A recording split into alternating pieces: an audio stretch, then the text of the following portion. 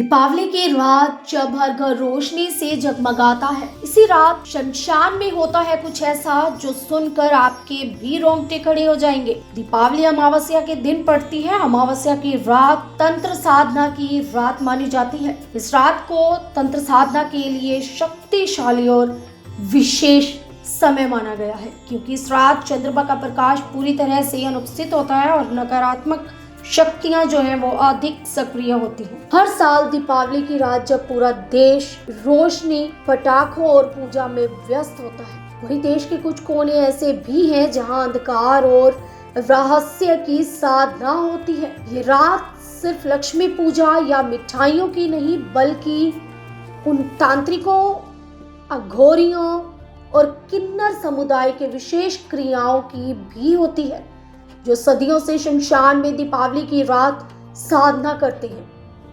बता दें, किन्नर समुदाय को मां लक्ष्मी जी का स्वरूप माना गया है। यही कारण है कि लोग शुभ अवसर पर उनका आशीर्वाद लेते हैं। लेकिन बहुत कम लोग जानते हैं कि किन्नर तांत्रिक विधि से माता लक्ष्मी को प्रसन्न करने के लिए रात्रि साधना करते हैं।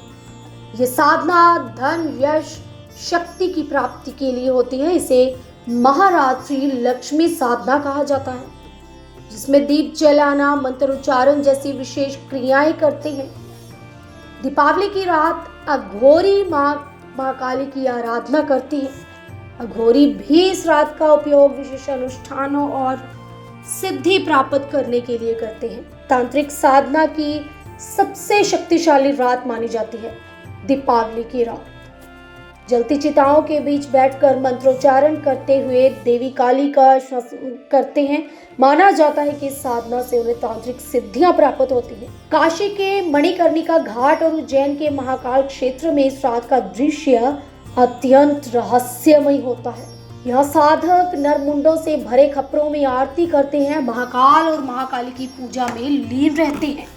अघोरी और तांत्रिक नरमुंडों के बीच खून से नहाते हैं। जलती चिताओं के बीच एक पैर पर खड़े होकर शव साधना भी करते हैं। कुछ लोग इसे अंधविश्वास मानते हैं, तो कुछ इसे भारतीय संस्कृति के गहरे रहस्यों से जुड़ी प्राचीन साधना। जहां एक और दीपावली शुद्धता और ज्ञान का प्रतीक है, वहीं दूसरी ओर ये रात तंत्र की शक्ति को भी जागृत करने का माध्यम बन जाती है। दीपावली की रात केवल रोशनी की ही नहीं, रहस्य की भी होती है। बता दें, वेद पुराण और रामचरित मानस जैसी धार्मिक ग्रंथों में तंत्र साधना को सही नहीं माना गया। इसमें कहा गया है कि ग्रस्त जीवन जीने वाले व्यक्ति को इस प्रकार की साधनाओं से दूर रहना चाहिए।